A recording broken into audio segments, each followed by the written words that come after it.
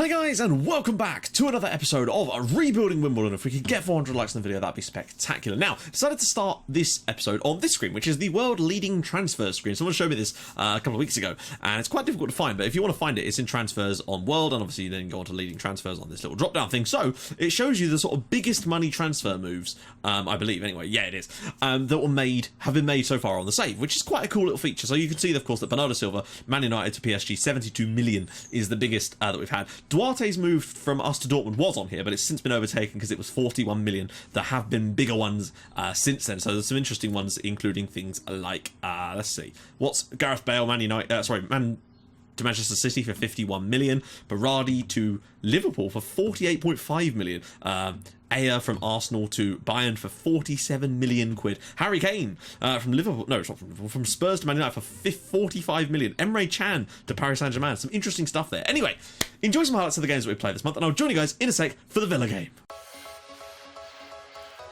In behind, Fabio is in already. Can he get a shot away? He's through. He's scored. Inside 20 seconds, Fabio gives Wimbledon the lead against Chelsea. What is this world coming to? Fabio is on fire this season. Martial. Oh, the space. Look at the space for Oscar. Pavon's in. Blocked. Guedes saved on the rebound. Galfrascoli kept him out the first time amazingly, but after 4 minutes, Chelsea equalised. Our lead was very, very short-lived. Holds the ball up, bro. Not quite. Oh, hang on. Farmer's got it. He's got Eisler out wide. We're playing all right today. Isler's ball across. Fabio's in again. It is 2-1 Wimbledon after 7 minutes, and Fabio has both of them again. He's got 12 in 9 league games. Over the top. Fabio knocks it down. Masek wins it. Fabio brings it back again. Oh, not through. Fabio's through again. It's a hat-trick. Inside 14 minutes, Fabio scored a hat-trick against Chelsea. This is just... I don't even know what to say at this point. Frascoli with the free kick all the way through. Oh my God, it's an own goal from Serrao. It's 4-1 to Wimbledon. I do not know what is going on here. We're 4-1 up against Chelsea. I think Galfrascoli's got an assist. He's running to the corner flag. Galfrascoli's free kick again. Fabio's in there. Oh my God. It's 5, and Fabio has 4 again against Chelsea. I am officially lost for words. Rafinha, good strike. It's cleared. Oh, Eisler brings it back. Oh, Oscar, and Pavon puts it in for 5-2. Chelsea are back in a little bit, but we look like we're actually going to beat Chelsea as well. Never have I finished a game wondering what on earth just happened more than I just did then. Fabio has done it again. It's Baltam. Nice little work again here. Fabio, can he turn and get a ball through? Oh, he does find Salvi somehow. Salvi's all the way in. Salvi scores. Wimbledon lead at Anfield. What is this formation? My goodness. Liverpool 0, Wimbledon 1. Baltam with the throw to Fabio. Flicks it on. Planic can bring this down. Can he pull it back for someone? Finds Baltam. Eisler's in there. It's 2-0. This is outrageous. Philippe Eisler this time makes it 2. The football we're playing at the moment is nothing short of outrageous. Headed away. And there we go. Liverpool 0, Wimbledon 2. Though Fabio's bruised shin does worry me because I don't want him to miss any matches. He's key to this at the moment. I need to keep the ball rolling.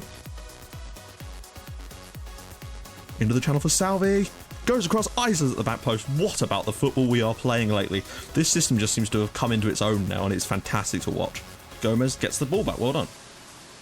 Oh, loses it. Oh my God, what a terrible angle to concede a goal from. Erzbolt with the equaliser for Pauk. That's a shame, we've been really good. Well, there we go, 1-1 draw. We should have put this game to bed, really, instead of allowing them back in, but that's just how it is, unfortunately. Ball into the space, and that's a goal for Manchester City. They have the lead here, and it's a deserved lead. 2 injuries in the first 10 minutes for us. Really has hampered our threat today. Through from Milias, and it's 2-0 to Manchester City. It's a deserved win for them. Unfortunately, we've had 3 key players stretched off injured today, which is not a good game for us at all. Well, there we go, 2-0 City. I'm worried about the injuries to Fabio, Everton, and Achibar in this game. This could be a big turning point in our season. Right, guys, we are back, and today's question of the day is this. It's a little bit different, a little bit off-kilter. Biggest dilemma, Pokemon Red, Blue, or Yellow? Now, for me, first Pokemon game I ever had was Pokemon Red on my old Game Boy Color, and I then bought Pokemon Yellow after that. So for me, it was Red, then Yellow. That's the sort of progression I had. I never actually ever owned a copy of Pokemon Blue. So what did you guys have? What was your favourite Pokemon game? Do let me know in the comments, and if you have any ideas for a question of the day, drop those in the comments as well, with the hashtag QOTD. So, as you can see, we finally lost a game, but not before doing some ridiculousness still. So Fabio now has 14 goals in 11 matches, which is outrageous. Let's all just admit that fact for a start. The 4 goals he scored against Chelsea, he had a hat-trick inside 15 minutes, I think. It was crazy. 5-2 in that game was incredibly harsh on Chelsea. We were not 5-2 better than them, but my God, if this tactic doesn't create opportunities. Holy hell. Like, the Holy Spirit on a bike. It was insane. I've never seen such a strange game in terms of the way we play, which is so good. If you can hear noises, it's because I've got the window open. There are birds singing because it's a lovely bloody day. The animals from the woods are going to come and dress me in a minute. Anyway, so squad. Top goal scorer at the moment is Fabio. He's got 15 in 13, still on for a top season. Isler's been superb. Salvi's been superb. Everything is looking bloody fantastic. Assists-wise, Isler and Salvi contributing. But we're getting assists from all over the pitch at the moment, and that is superb to see. Now, Baltam still apparently needs a rest. I'm not entirely sure how we're going to go with this. Fabio's most man of the match was last few games. Look at that. Still 3 players averaging above 8. Fabio's nearly averaging a 9. Baltam superb. Salvi in there as well. It's all looking rosy. Like, genuinely superb. Just occurred to me that we're not actually on the match day, which is really, really stupid of me, but I'm just going to try and brush this off as if it never... There we go, we're on the match day now, that's fine. Oh, no, we're not, apparently. Good lord, Matt. Right, now we're on the match day. Oh, for the love of God. Injury report from Fabrizio, don't care, match preview, blah, blah, blah, blah, blah, blah, blah, blah. Ramsdale not expected to be in the team, fine, whatever. Right, so Villa, we've got to watch out, because they've got this guy on the right-hand side, and this is obviously our team from the friendly. We played a friendly, Adam Kirk scored 7 times, so that's certainly progress, at least something. Now, Everton came back, and has then got injured again, which is good, Achabar is also out injured as well, which is not good, but thankfully, Javi Manquillo has returned to the team. So there's a little bit of solace in that for us at the moment. Gomez, unfortunately, we have no options there because Cresswell is out injured. Baltam, I don't know, like, I'm thinking maybe Masek in the middle today. It's great to have him back as well. So we're going to go with, Fabio, who, again, isn't fully entirely, but look at this from what I would say about Imran Baltam though is look at this, he's now a 4-star player. He is flying along nicely, you know, he's got his first cap for France. He's really starting to become a hell of a player, and he's still only 19. I'm kind of in love with him at the moment. He's just come out of nowhere this year to be fantastic. A little bit worried in some areas of the team still, but this little fluid, I think what it is, this is what I think, right? Having Carlos slightly more on this side means that, because I don't know, it just means that I think Isler's getting more involved in the game because we've got someone leaning towards his wing as well. Everybody is kind of very finely balanced now, and I think that's what the key to this system is now, is the balance is just right.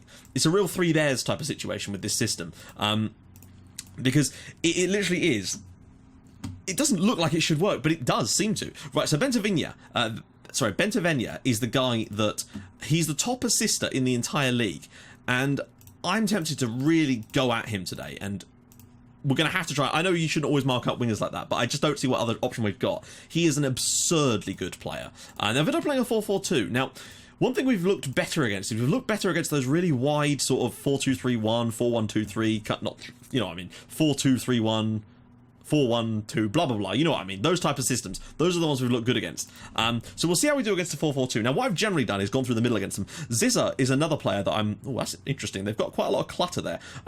High lines we do still look vulnerable against at times, but having the better goalkeeper certainly has helped us with that plight. Now, we're the homes team today, so I'd expect to see us implanting our sort of stamp on this game, but after 20 minutes we've not really seen a lot so far from us, which is a bit of a worry. Not really seen anything from them either, but we're getting a lot of the possession. So after half an hour we'll take a look at the Prozone stats, and we'll kind of go from there, because I do want to work this one out. We got ourselves, you know, we were beaten soundly by Manchester City, which, you know, thoroughly deserved by them, no doubt about that, which ended our 9-match winning run, which is fine, you know, that stuff happens, right? Donis, but he's got no one around him, although it could have done with the first tackle being one, but at least the second one was one, and that's all well and good. Now, when Cresswell comes back, which is going to be a while because he's out for 3 to 4 months, unfortunately, I never actually mentioned that, I don't think. That's an area I might even look into January. Now, oh, Fabio, what a ball from Carlos. Fabio with the save, he's through, and that's very, very lucky. I'm going to hold my hands up and say that was incredibly lucky, but we do lead Villa by a 1-0, and Fabio is the man with the goal, because who else would it be? 15 goals in the Premier League already.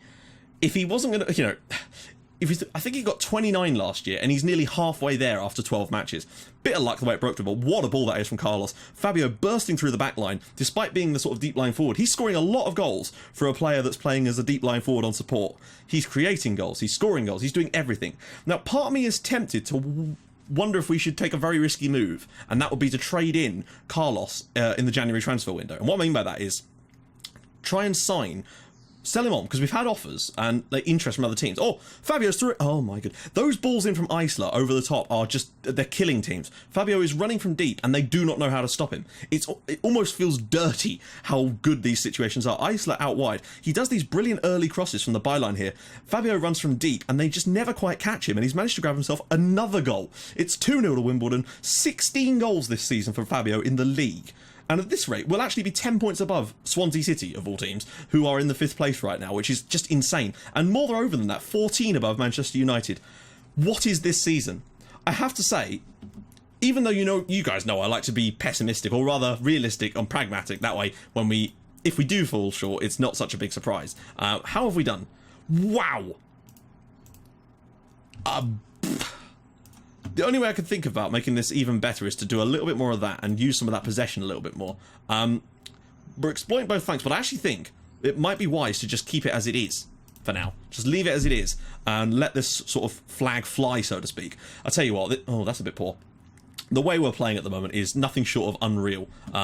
Everything is sort of slotting into place now. We seem to have finally found a tactic that has just clicked, and shit, I mean, it was working when we had the poacher. Remember, our sort of second episode of this season, we still did incredibly well. Gomez should be able to cut that out. But after that, we've really just stepped it up. I'm glad I made the changes rather than going, well, we've won a few games, I can just stick with what we've got. No, I'm always looking to improve any way I can. Massacre slipped this through, Salvi slips this through for Fabio, and he's nearly made it a hat-trick again.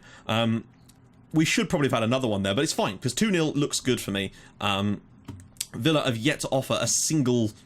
Oh, here we go. Now that I've said that, they'll go and score from this, won't they? Which would be a kind of annoying... Oh, Salvi's got it, though.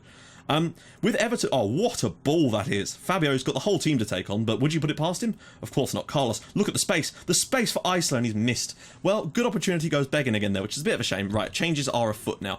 Do we have anyone that I can... Yeah, we'll get a Duke one. He's not had the best time with it this year, or any year for that matter. Salvi's not had the best game either, but Everton, unfortunately, is back out injured again, which is annoying.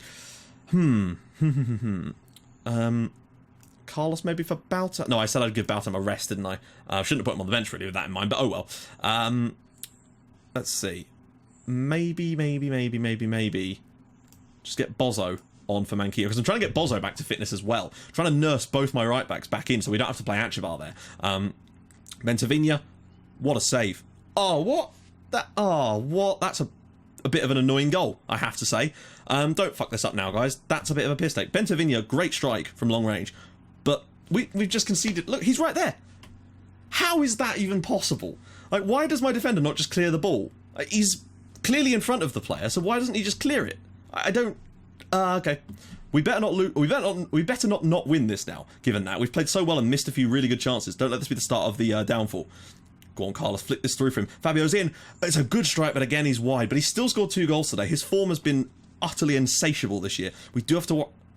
For a player that was supposed to be tight marking, they didn't really tight mark him very well, did they? Masek, getting the ball out of his feet. That's something he does give us that a lot of other players don't, is that extra dribbling pace. Now, oh my goodness, win that. There we go, Anderson does well. Into the space, Carlos is through. Lovely stuff, and Butland with the save again. How are we not winning this match by more goals? I would settle for a 2-1 win. If we have to take a 2-1 win, I don't care. But what I don't want is for us to go and lose this. The problem is, dropping deeper in these sort of games just seems to cause problems now. We have to sort of keep that pressure on. Oh no, Isla's picked up a really quite serious injury there, it looks. Or it might just be, oh dear, Bentavinha, no. Oh my. Wow. Galfrascoli has just saved us 2 points there. And this is what I mean. He alone has probably already gained us 3 or 4 points this season. Genuinely. Twisted knee. Oh shit, the bed. We'll have to leave him on now because this game's about to finish anyway, but that is a worry for me. That twisted knee could really come back and haunt us because we don't really have... Well, we got Baltam, I suppose, but Isla has been such in good form lately. I don't want to lose another player to injury right now. We've really kind of been a bit lax with injuries this year. Don't know why. The training's been the same as every year. It's not been great, I have to say it. Look at that, 34% possession. We probably should have won by more than 2. Sorry, by more than 1 goal, but it's fine. We've got the win. We've conceded 9 goals in 12 matches. It's still better than 1 less per game, which is my aim this year. I want to concede under 40 goals this year. We've got 31 points on the board as well. We're 10 points above Swansea with a 19 goal difference better than him, and you have to say that Champions League is looking very, very likely for us. I don't think there's any chance of a title contend this year, but we are 7 points above Manchester City. I think there is a chance that maybe getting second or something, but I don't know.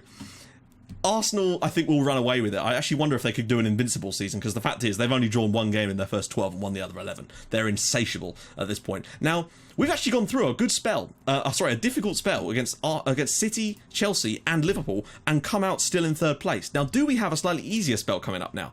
We've got Stoke, Inter and Southampton in our next few matches. So I tell you what, there's still potential for more points. Then again, knowing us, we'll end up losing against Southampton or something. But hey, you know, what can you do? That being said, I do want to quickly check on 2 to 3 weeks. That's not good. But it could be worse. It could be worse. But we're still nursing players through. There's a lot of green on the board. We're not only not conceding many goals, but we actually do have quite a bit of goal scoring potential ourselves, which is delightful to watch. So next game, guys, next episode is going to be Hearts. I know you guys will want to see it. Plus, it'll probably decide what position we finish in, because Hearts are actually doing bloody well. Inter are rubbish. I think Inter are already out, which is that. I don't know what's happened there. So we might be able to go to the San Siro and pick up a victory. I don't know if they're still playing the San Siro, actually. No? Oh, yeah. So, of course they are. Giuseppe Meazza is the San Siro. San Siro? That sounds like a bloke. Anyway, moving on. If you guys have enjoyed this episode, please do drop a like on the video. That would be marvellous. And if you haven't already, please do subscribe to the channel for more videos like this in your inbox every single day at 7 o'clock. And I will join you guys in the next episode for a Europa League clincher against Hearts that will decide whether we can get ourselves through as the group winners and who we will possibly get in the next round. That is going to be exciting. So I'll see you guys then. Thank you so much for watching. Bye-bye.